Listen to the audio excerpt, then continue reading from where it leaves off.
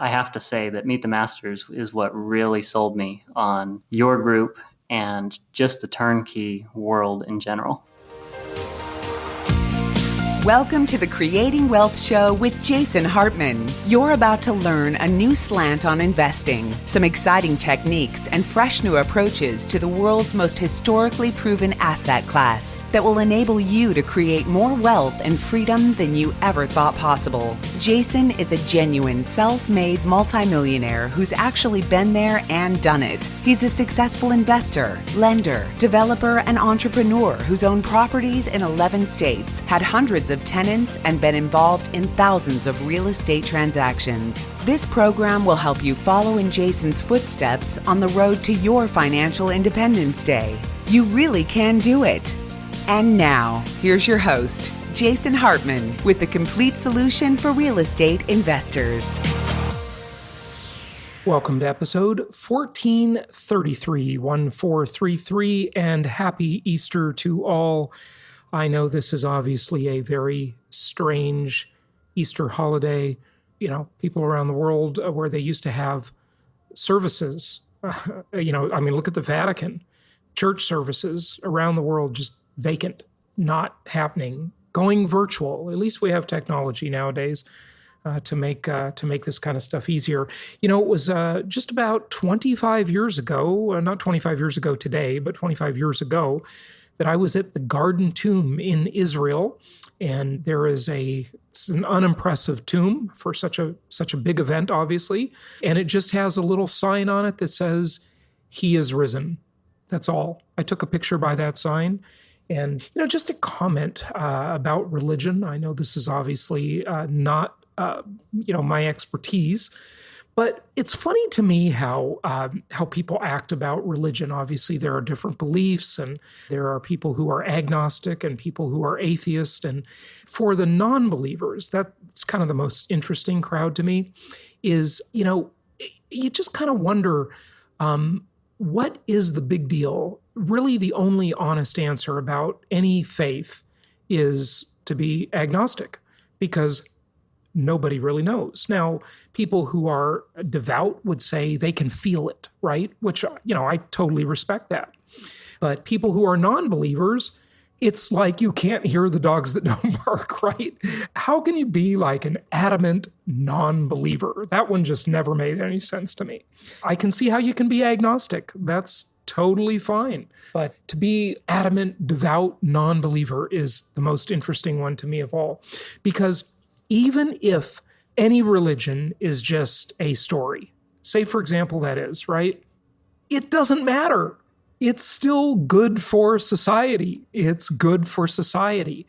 When the thing that we have learned throughout history is that when you don't make people accountable to something, when they're only accountable, like in communist countries, which completely suppress any sort of religious belief, because the belief is that the state has to be the only thing you believe in. The USSR, right? The former Soviet Union, the North Korean government, and the great leader of Kim Jong-il or Kim Jong-un, anybody in the Kim family, right? The state has to be the highest form of belief. It couldn't be God. No, we can't have that. We can't have people believing in something that we don't, as the state, control, that we don't tax, right? That we don't benefit from, thinking from the state's perspective. When you make people only accountable to a state, you have a recipe for disaster. And that's why I think religion is a good thing. Now I can hear the other side saying, but look at all these religious wars and all this stuff that's been fought over religion. But, I say, I don't know if you can hear that, but I've been listening to Pachelbel's Canon. Wow, what a masterpiece. I mean, how did these musicians, and how do these musicians today, know how to create music, even hundreds of years ago, that is exactly the way my ear wants to hear it? Just absolutely beautiful. Absolutely beautiful. That music is so gorgeous that it just, wow, it's just like It's amazing. It's truly amazing. Anyway, what were we saying? Oh, you can't hear the dogs that don't bark. So then they'll cite all of these religious conflicts. And true, that's terrible, obviously. But the question is, how much worse would it be without religion, right? I mean, certainly there have been conflicts in the name of just the state, conflicts in the name of robbery, conflicts in the name of greed, conflicts in the name of all sorts of things, right? And sometimes they hide them under the cloak of religion. So it's not what it seems to be. Then they look at the bad people and they say, well, look at all those hypocrites who are religious. Well, you're asking the wrong question. How much worse would they be without religion? They'd probably be terrible tyrants. I don't know. This stuff will never be settled, but just a couple perspectives on it. Okay, hey, so shifting gears here, obviously. I know I'm completely off base. I totally get it. This is a financial show, so let's get down to business here. But, happy Easter to everybody. So our client, Aaron Kopelson, a very bright guy. He's been on the show before. He sent out a mortgage update and kind of touched on the economy and the mortgage market just yesterday. And I wanted to just play part of that for you and share my thoughts on it. So here we go. Let's listen into this and I'll have a couple thoughts about it.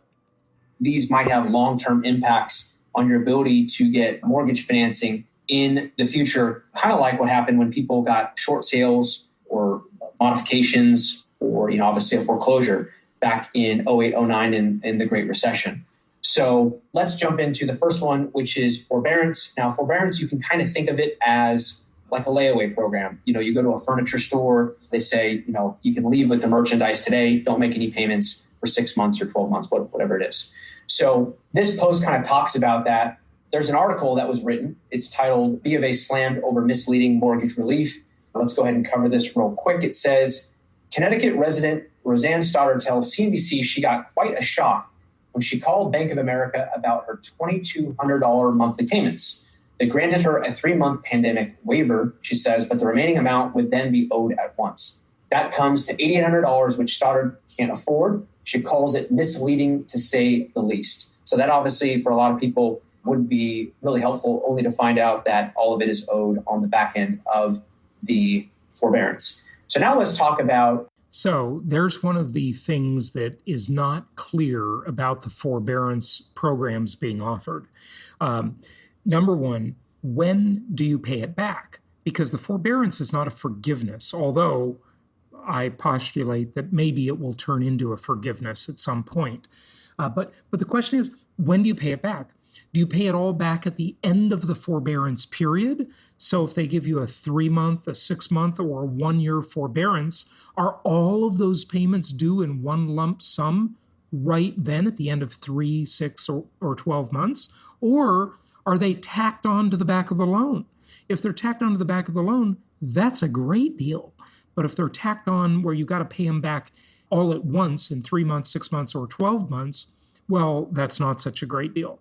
But it is better than nothing, because if there's no interest accumulated, which is the promise, right? No interest, and no negative credit reporting, which is the other promise they've made. Now, keep in mind, this is all kind of chaos right now. So be careful, get things in writing if you are asking your lenders for forbearances on your different rental property loans and maybe your own home too, and make sure that's clear.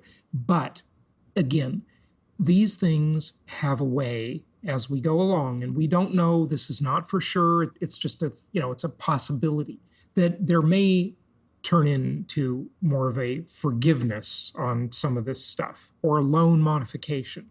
We will see. We don't know yet, but if I had to place my bets, I would say that's the direction things are going. Now, one other thing, very important about the forbearance. Remember, your mortgage lenders, if they're part of the credit reporting system, they have to report every month. And nobody knows how this will be handled. Here's what I mean. If you are applying for additional financing right now, say you picked up a property or a couple of properties at jasonhartman.com/properties, which is the only place you would ever want to shop for properties. Of course, it's the only place. There's no other places. That's kind of like the Soviet state saying, you can't believe in any other God, only the state, the all-powerful state. Okay, but anyway, that's the only place to shop for real estate, obviously. So say you're picking up a couple properties and you're financing them right now. You're in that process. Well, how does your lender report your current mortgage situation if you've taken the forbearance option? They said there would be no negative credit reporting, but at the same time, are they supposed to lie to the credit bureaus and say you're making your payments when you're not because they're on a forbearance? Nobody knows. This is the million-dollar question. Nobody knows the answer to this. I do not, and can't find anybody else who does. It's kind of chaotic, obviously, right now in terms of what's going on in the marketplace. So I don't know the answer, but I would say if you're buying properties right now, I'm the guy who talked about the return policy for real estate when we had the rabbi on a couple of weeks ago. I believe in getting the forbearance. I think it's a great deal, right? Have I done it personally? No. My renters so far, they seem to all be paying. I haven't had reports from all of my managed properties, but for self-managed, I got paid the full rent, no problems at all, okay?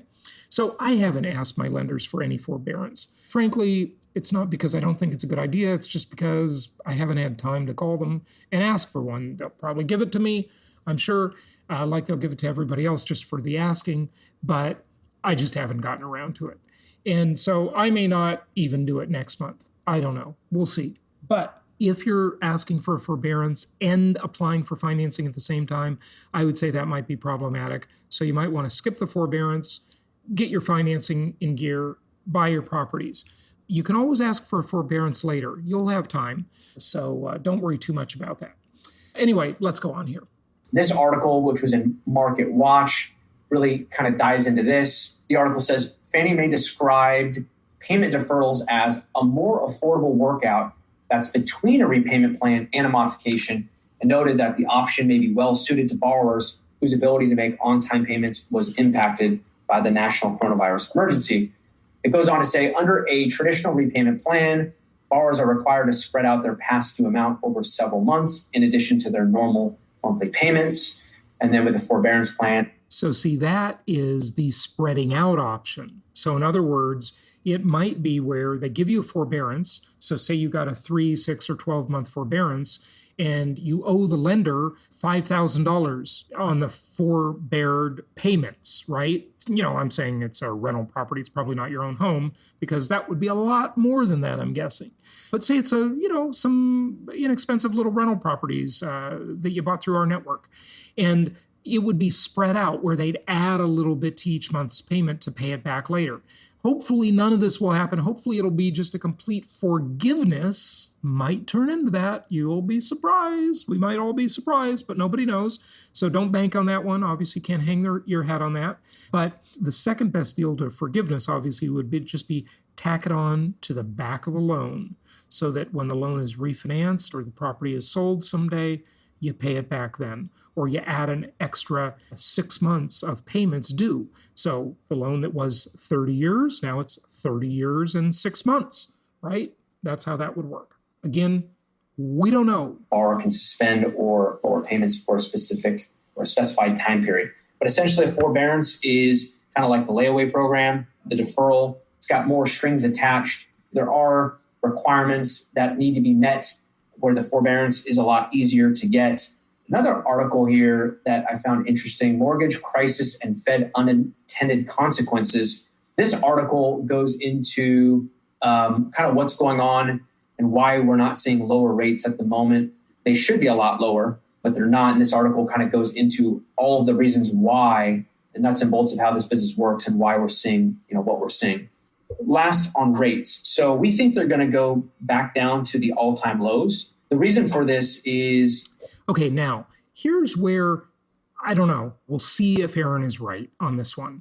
He's saying that the rates are going to continue to decline. That might be true, and I agree that the Fed and the government, of course, would like to see that in the sense that it's stimulative for the economy, obviously. But the question is, can they? Remember, the question is, how long can you keep defying gravity? They've been doing it for an awful long time. And it's not just like the government and the Federal Reserve gets to decide, okay, low rates, let's just make the rates low. There are consequences, huge consequences for these things. And I'm not talking about when the economy is booming that it creates inflation.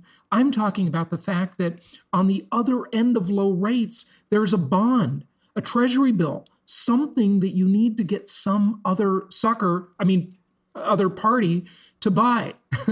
Like China or Japan, okay? Or some other country usually is buying them. Sometimes individuals buy them too, but mostly countries, sovereign entities. So they got to buy them. And if you don't pay a high enough yield on those T-bills, nobody buys them. There's an auction for them, and they gotta sell them. So how do you sell an ultra cheap T-bill or bond? How do you sell that in an environment where you've basically told the rest of the world you're just going to keep inflating and spending? So the holder of that bond, essentially, it's a bond, right, will be paid back in ever cheaper dollars. How do you talk someone into buying that?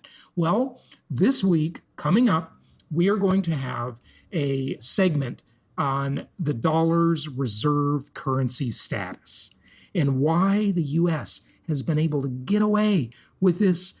I don't know, it's not exactly a Ponzi scheme, but it's kind of a Ponzi scheme. Yeah, you could call it a Ponzi scheme, I guess, in a way, in a sort of a different way.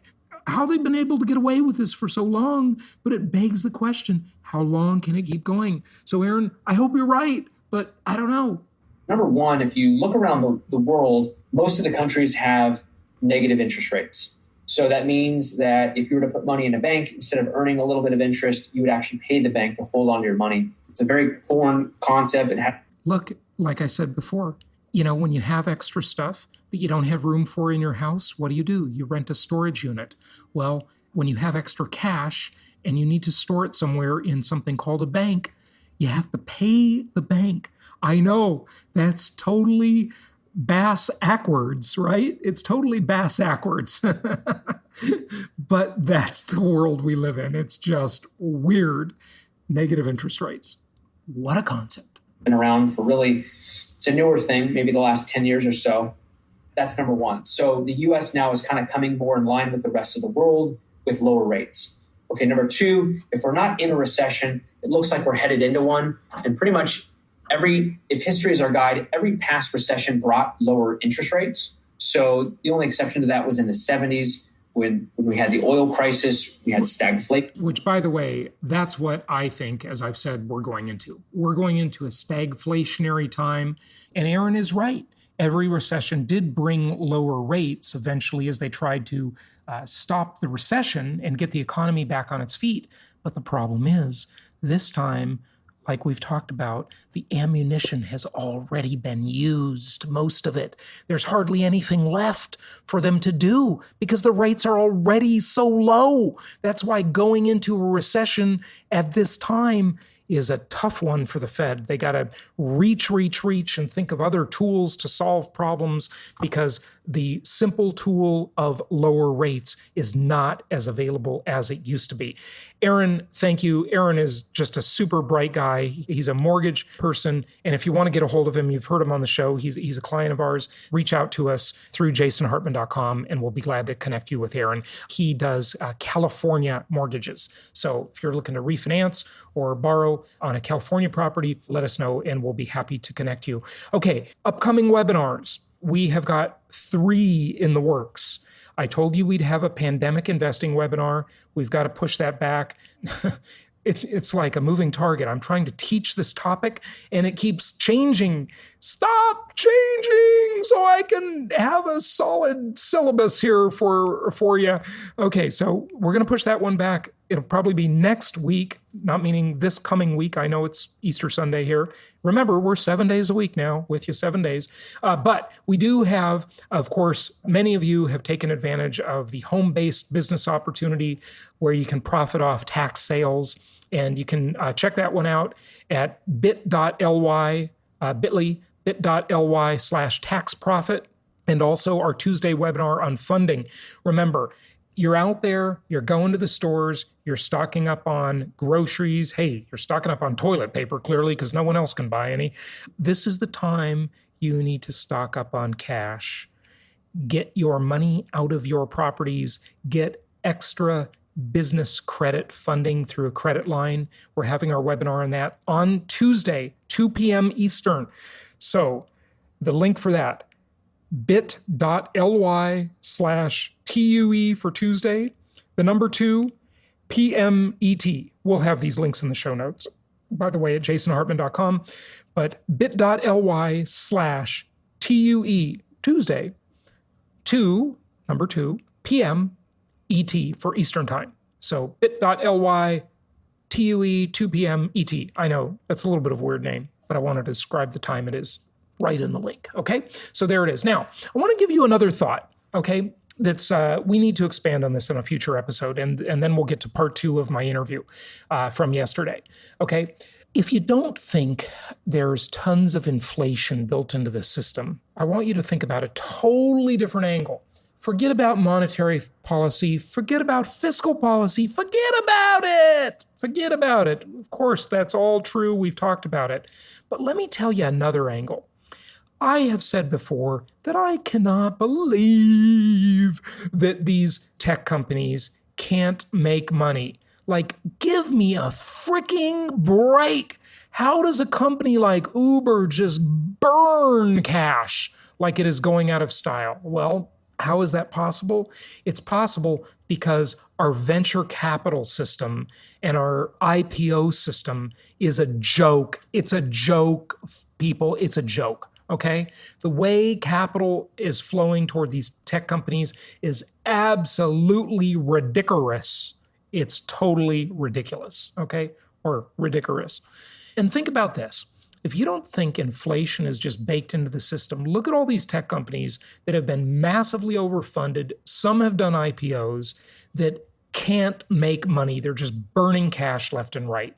Well, the question is, are they going to stay in business? Is Uber going to stay in business? Is Lyft going to stay in business? Are the other ride-sharing companies going to stay in business? Yeah, I think they will stay in business because the taxi business has been decimated, right? So, and this is not a talk about the travel industry and the pandemic and all of this stuff. I'm just talking normal times, okay? They've got to raise prices. There's going to be a massive price increase in these things so that these companies can become financially viable. There are so many of them out there that are just burning cash with this upside down system we have of venture capital and just silly IPOs, and there's a lot of inflation baked into the pie right there without even talking about ridiculous fiscal and monetary policy. Okay, let's get to part 2 of our interview from yesterday. In terms of your prior question, sorry about the long answer, it's kind of a timing the market question, and I don't believe you can time the market. The problem is, if one tries to sit out and say, okay, the deals are going to get better, you might be right. Okay, you might be right. I don't know. Certainly, when you look at the 3 different kinds of real estate markets in the world, linear, cyclical, and hybrid markets, those cyclical markets, and those are the markets where if you're looking at a graph, they have tremendous, glorious highs and really ugly lows. They thrive and then they crash and burn, okay? Those are markets that get all the publicity around the world. There are places like the west coast of the US, San Diego, Los Angeles, San Francisco, Seattle, Vancouver, Canada, okay? The west coast, up out of the US even. South Florida, Miami, okay? The expensive northeastern markets, Washington, D.C., New York, Boston, markets like that.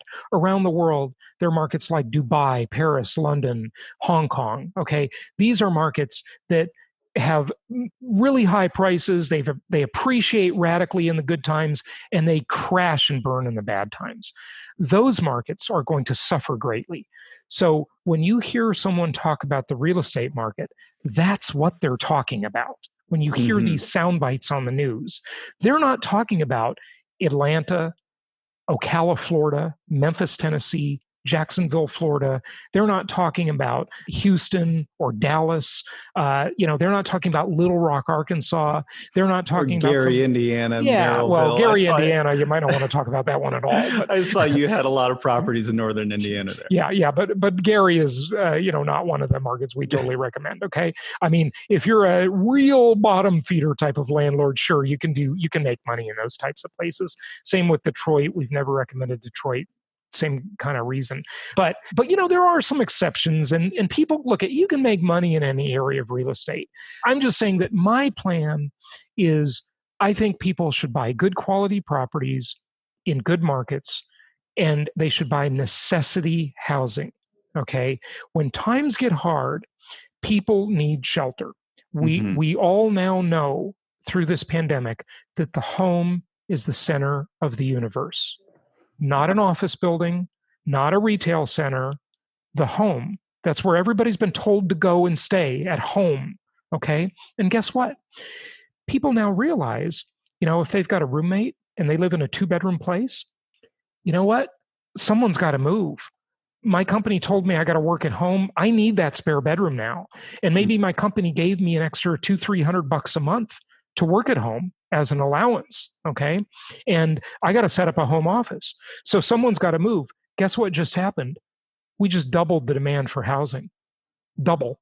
Okay. Now, another funny thing, a lot of people have talked about all these couples that are at home quarantined with nothing to do, and that there might be a coronavirus baby boom in 9 months. Okay. So if that's true, if people are making love, right, then they've got to get a bigger house. So we've increased the demand for housing. If both of those people in that couple have been told to work at home, and the kids have been told to study at home, and there's, a couple and 2 kids, okay, think about how much more housing you need now, more space. What if people are fighting at home and they're arguing and they're just at each other's throats, and they realized, they never spent this much time with their significant other.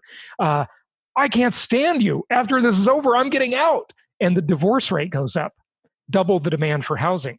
Yeah. Okay. So necessity housing, the demand is going to increase dramatically. Necessity housing in suburban markets.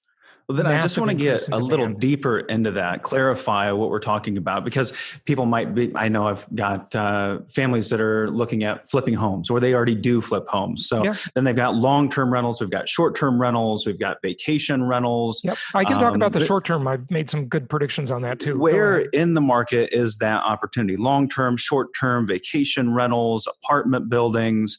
Can we drill down a little bit there? Sure. So first off, I think at least this year, of course, and maybe next year, the global economy is going to get smaller. It is going to shrink. And whether that means a technical recession or not, I don't know. Well, it means certainly this quarter or next quarter we have a recession. There's no question about that. Anybody who says different they're looking at the world through rose-colored glasses. They're smoking something, because they're just wrong. Okay. We're having a recession. Okay. But the recession could end pretty quickly, right? The technical recession. But many small businesses will go out of business. Okay. The economy will be smaller. Okay. And so that means that as real estate investors, we want to catch people moving down and provide housing to them. The discretionary income of going on vacation, that market's going to get a lot smaller. It's going to shrink. Okay. Now, in terms of the short-term rental or Airbnb market, people will still take vacations, and a lot of their options are going to evaporate either by choice or by economic reality. Examples: many cruise lines will go out of business. And by the way, as an aside, and I'm not being political here, I'm just being accurate, okay? I got to hand it to the Trump administration, because when the cruise lines came to them and said, we need a bailout, their response was, look, domesticate your companies in the U.S., hire U.S. workers, follow U.S. labor laws, and pay into the system, and then we'll consider a bailout. You've been avoiding taxes or evading taxes for years by domesticating elsewhere and getting all the big American consumer market as your customers. You have the best of both worlds. That's a scam. Okay. You want to bail out, pay into the system. So we'll see how that works out. Maybe they'll domesticate in the US now. And, like Carnival Cruise Line, the biggest one in the world that owns many other cruise lines. And maybe they'll work out some kind of bailout. So the cruise business will definitely shrink. No question. The long distance vacation market will definitely shrink. Even if it all comes back, a lot less people will want to fly. They're just going to be concerned about it. They're going to, you get in a little aluminum tube in the air, and you have no social distancing opportunity. Okay, so it's risky. Okay, and there will be other viruses after this one. So when you can provide a short-term rental property that people can drive to, and it's in a suburban type of setting, not a high-rise condo, not requiring flying, people will still take vacations. And because the number of vacation options has compressed and it has shrunken, people, like, we have one short-term rental market that we offer, St. Augustine, Florida, and it's perfect. Our clients that have those short-term rental properties there are doing pretty well. They've had, a cancellation here or there. And interestingly, some of the bookings are changing in character, where they have a fewer number of bookings, but longer bookings, because people want to escape the higher density cities. So for example, someone coming to St. Augustine, Florida for a short-term rental vacation would come possibly from a higher density area of Atlanta or Orlando, and they can easily drive to that, or many other areas as well, right?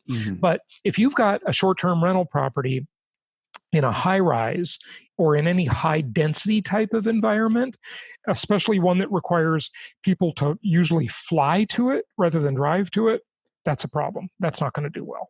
Yeah. So we're seeing, and I'm glad you said that, we've got a rental property just outside of Traverse City in Michigan, vacation rental. Yeah, that's probably pretty good, Short-term vacation rental, people drive there, and we're continuing to stay booked the entire year. Yeah. And so I really like to hear that for that reason. And I also think it's a neat opportunity for retirees when they're looking for a second home, that can present a way to have that second home and not have it really eat too much into your expenses, maybe even provide additional revenue. I think you're right. I think that's good. I think that's good. Now, your short-term rental in Traverse City, by the way, the other thing I'd say about that is the high end of the short-term rental market will also suffer, because people are going to be more conservative. I think the mindset is going to be toward a bit of a simpler existence after this. I think people are going to be more grateful for what they have, and that's a good thing in a lot of ways. I think the extravagance and the super high-end, ultra-luxury short-term rentals are also going to suffer, even if you could drive to them. Okay? Sure.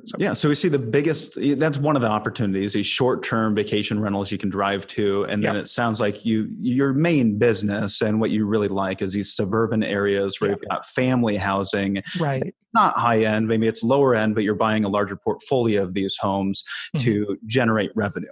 Is that what I'm hearing? Absolutely. And, just as an aside, I think the short-term rental thing is fine, given everything I said, but that's not our main thing. Remember, vacation is always optional. And in tough economic times, people just aren't going to vacation, or not as much, right? So that market will contract. So, the core strategy is buy inexpensive, bread and butter, necessity housing as long-term rentals in good linear markets. Now, what do I mean by linear? Earlier, I explained cyclical. So remember that graph we talked about, just helping people visualize there's a graph, right? The linear market is up, the cyclical market is up, and then it's down. It has glorious highs and ugly lows. So those are all the West Coast of the US, all the trophy cities around the world that I mentioned. And then the linear market are those boring markets you don't hear about in the news. Little Rock, Arkansas, Memphis, Atlanta, Ocala, Florida, Jacksonville, Florida, and many others around the country that you could see at jasonhartman.com. Okay. And those properties make sense from day one from a cash flow perspective. And they're going to sail through this pretty darn well, I think. Now, interestingly, I think this is going to lead to some obviously new government programs. Okay. And there's a program that you probably know about called Section 8, which is a rental housing assistance program for people that's been around for many, many years, decades. I mean, when I was growing up, my mom had some Section 8 rentals. And that's where the government pays either part or all of the rent to the landlord. Okay. I think we're going to see a dramatic expansion in rental assistance. I think we may actually see a nationwide rental assistance program that a lot of people are eligible for. And I think the economy is going to become much more government centered and much more socialist, whether we like it or not. It's the way it's going. If someone's listening in, they're saying, that makes sense to me. I'd like to get into the rental market. And maybe they want to jump on this. I just want to, you've been through a couple different recessions in this market. Oh, not just a couple, a few. I've been around a while. Yeah. I've seen people lose a lot of money in real estate. Mm-hmm. I've seen people make a lot of mistakes. So if they're going to go down this road as we close here, what are some of the biggest things they need to look out for, especially those close to retirement or in retirement? If they want to go this route, they want to take advantage of an opportunity, where have you seen people go wrong? What should they be watching out for? The simplest thing I can say is, well, number one, I got a great free video for your listeners, and it's just on the front page of my website, jasonhartman.com. It's 27 minutes long. It's totally free. If you simply watch that one video, if there's nothing else you do to learn about real estate investing, just watch that one simple video that teaches people how to analyze a real estate deal. It's totally free. jasonhartman.com. Just watch that one 27-minute video and it will really, really help. But barring that, even faster, as a rule of thumb, look at good rent to value ratios, or otherwise known as RV ratios. And if you can get somewhere in the neighborhood of 1% of the value of the property every month, you're going to do pretty well. Okay. What that means is that if you're looking at $100,000 property and that'll rent for close to $1,000 a month, it's very hard to get hurt on that deal. Okay. Mm-hmm. I mean, yes, other things can go wrong. Life is complicated, of course. There's no foolproof investment, but you're going to do pretty well if you get 1% per month, because you're going to be able to hold on to that property during bad times, and you're going to thrive during good times.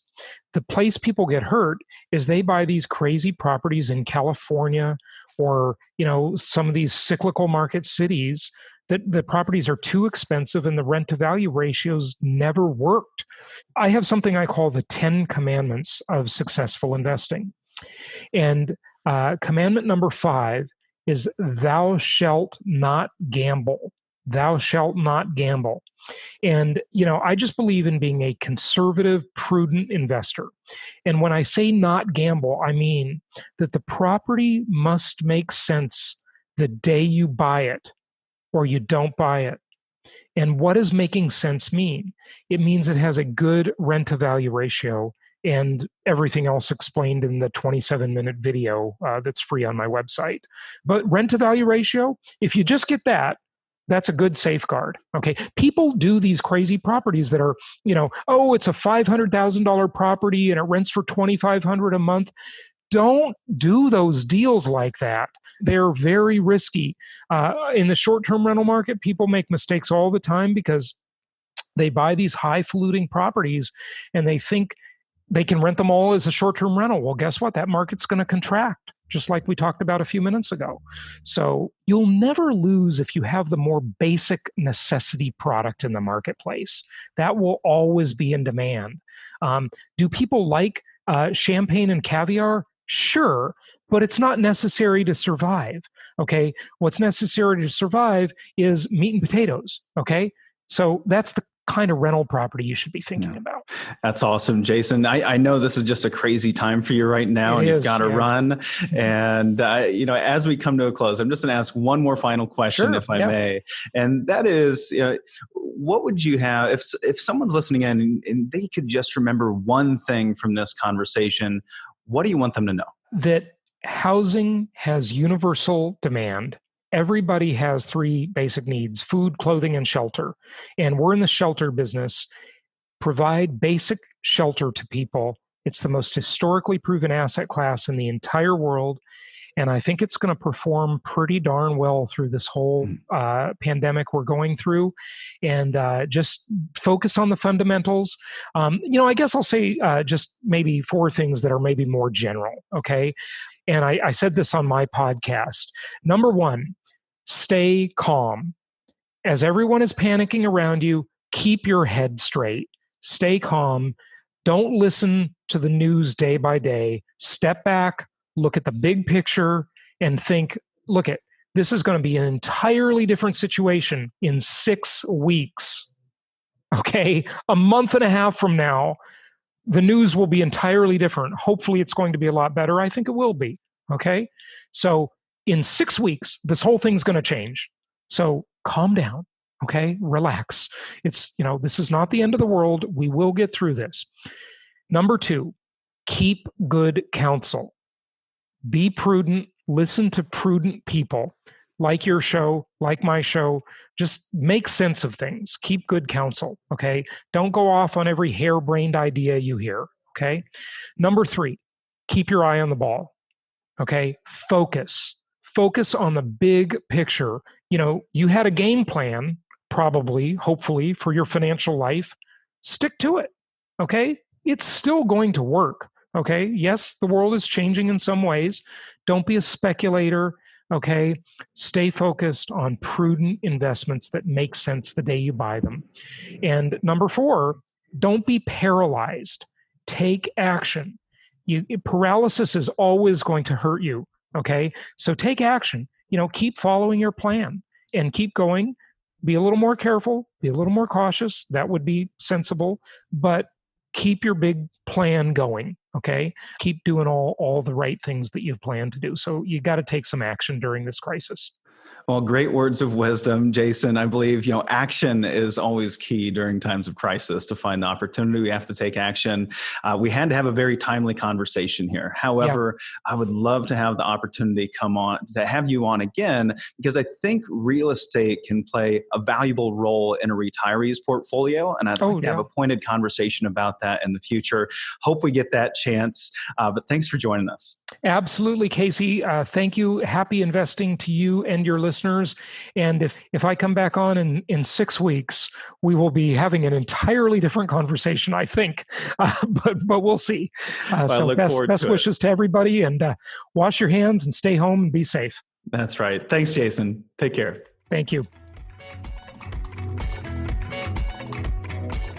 Thank you so much for listening. Please be sure to subscribe so that you don't miss any episodes. Be sure to check out the show's specific website and our general website, hartmanmedia.com, for appropriate disclaimers and terms of service. Remember that guest opinions are their own, and if you require specific legal or tax advice or advice in any other specialized area, please consult an appropriate professional. And we also very much appreciate you reviewing the show. Please go to iTunes or Stitcher Radio or whatever platform you're using and write a review for the show. We would very much appreciate that. And be sure to make it official and subscribe so you do not miss any episodes. We look forward to seeing you on the next episode.